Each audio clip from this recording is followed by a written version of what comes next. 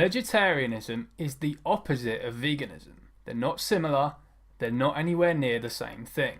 If this statement sounds crazy to you, it's because you've been swindled into seeing vegetarianism as some kind of benevolent thing, some kind of middle ground between flesh eating and veganism, when actually vegetarianism and flesh eating are as distant from veganism as each other.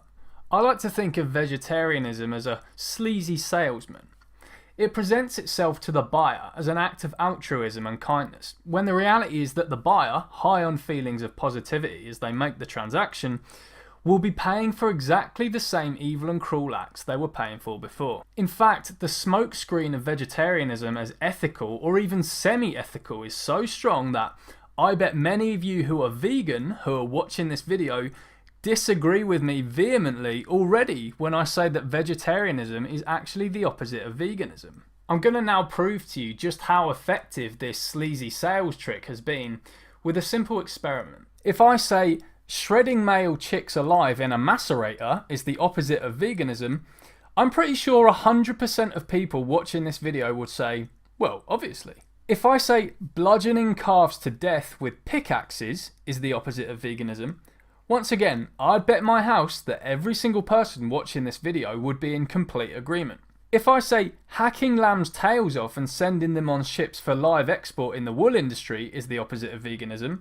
once again, any rational person watching would just agree with me. Yet whenever I say vegetarianism is the opposite of veganism, as is the title of this video, this is met with disagreement and controversy, even though vegetarianism funds all those things. So how on earth is it possible that any of those things alone can be the opposite of veganism, yet somehow when we combine them and just give it a word like vegetarianism, it now magically becomes similar to veganism? It makes no sense. So, just to be clear, in the egg industry, male chicks are shredded alive because they can't lay eggs. Vegetarians pay for this. In the dairy industry, cows are sexually violated, branded with hot irons, have their calves stolen from them, and the male ones are murdered while the female ones grow up as slaves for their lactations and are eventually slaughtered.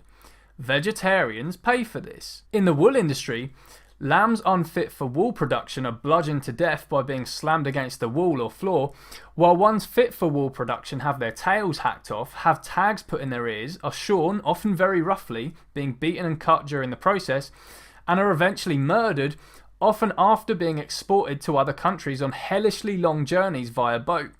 Vegetarians pay for this. Now, what about quantity then? You'll find that many apologists for vegetarianism argue that a vegetarian massively reduces their impact in comparison to a meat eater and kills way fewer animals.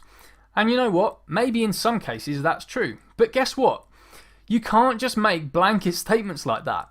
In fact, it absolutely is possible for a vegetarian to cause as much or more harm than a flesh eater. For example, a vegetarian who eats shitloads of eggs and eats animal foods every single day causes way more harm than, say, a flesh eater who maybe has an egg or dairy allergy, who eats bacon once or twice a week and has the odd cheeseless pizza every now and then. The amount of male chicks macerated, and indeed female chicks bred into existence to lay eggs for them and suffer various abuses throughout their lives until being murdered, is astronomical. Then you have to factor in that veganism goes way beyond food. You might get a flesh eater who only buys second-hand clothing, for example, while a vegetarian is an absolute fast fashion queen and is buying the skin, wool and fur of murdered animals on a weekly basis. Then you have people who might live in rural parts of their country and mostly hunt and forage for their own food. For example, they might murder a wild hog or rabbit every week or so, and the flesh is used to sustain a family for however long. The average vegetarian living in a developed country is likely going to be causing way more animal murder than they are.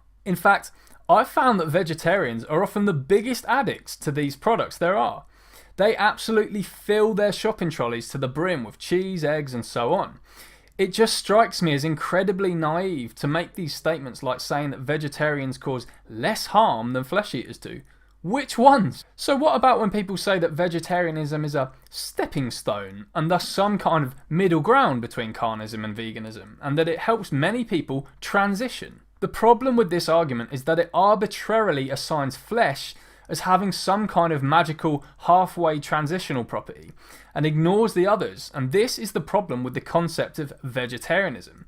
It treats meat as special in comparison to the other animal products. For example, we don't have a word for someone who eats flesh, honey and dairy every single day, but does not eat eggs. The truth is that someone who matches this description is actually as much of a so-called vegetarian as someone who does not eat flesh but does eat eggs. They are the same distance from veganism as each other. Why then do we have this word and concept of vegetarianism when flesh is just one tiny product in a whole world of torture? When we go into a supermarket, we are surrounded by the products of abuse, rape, slavery and murder, yet the people who boycott just one of these products gets a special word for them. Why? And this is why vegetarianism is such a dangerous concept. It upholds steak and chicken wings as the epitome of all evil, while glossing over the very products that fund the same industries those two products are a part of. I've argued with so many vegans who take particular offence to what I'm saying and tell me things like, I was a vegetarian for 31 years before I became vegan. I just didn't know. The funny thing about stories like that are, they just go to prove my point about how dangerous vegetarianism is and why you should hate its very existence. If you were a vegetarian for many years before you were vegan, that means you were funding the most evil and brutal acts of violence on the planet while thinking you were doing the right thing. I mean, fuck, you should be even more angry about vegetarianism than me. You should be attacking vegetarianism more than I am. You were conned. Remember that sleazy salesman analogy I made earlier? You got absolutely scammed and wasted decades of your life in some cases funding animal abuse when you could have been doing the right thing.